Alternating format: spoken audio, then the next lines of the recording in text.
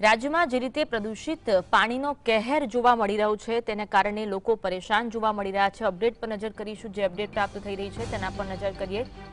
Ahmedabad city civil and sessions કોર્ટને ધમકી મળી હોવાના સમાચાર સામે આવી રહ્યા છે। એક તરફ સુરત કોર્ટને પણ ધમકી મળી હતી। હવે આ ધમકીનો વધુ એક મામલો સામે આવ્યો છે। સિટી સિવિલ એન્ડ સેશન્સ કોર્ટને બોમ્બથી ઉડાવી દેવાની ધમકી મળી। રજિસ્ટ્રાર વિભાગને ઈમેલ દ્વારા આ ધમકી મળી હોવાની માહિતી સામે આવી રહી છે। તપાસનો ધમધમાટ જોવા મળી રહ્યો છે। ધમકી મળતા કોર્ટની કાર્યવાહીને સ્થગિત કરવામાં આવી છે।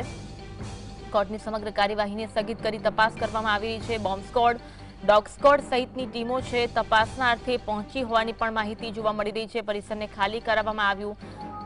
આજ અંગે વધુ વાત કરીશું। સંવાદદાતા ધવલ ફોનલાઈન પર જોડાયા છે। Dhaval, city civil and service કોર્ટને ધમકી ભર્યો ઈમેલ મળ્યો છે, તપાસ તેજ કરવામાં આવી છે। હાલમાં શું વિગત મળી રહી છે?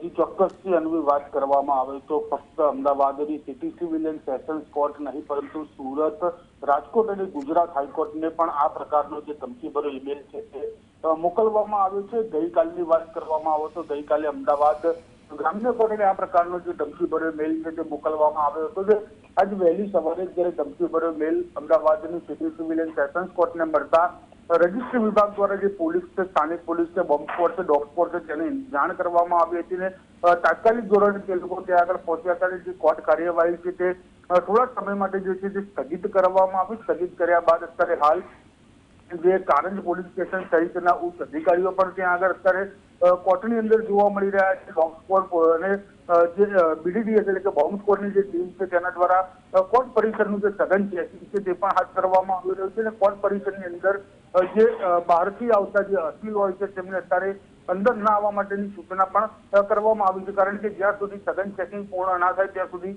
અસીલને પણ અંદર પ્રવેશ નથી આપવામાં આવી રહ્યો। જી, આભાર માહિતી આપવા માટે।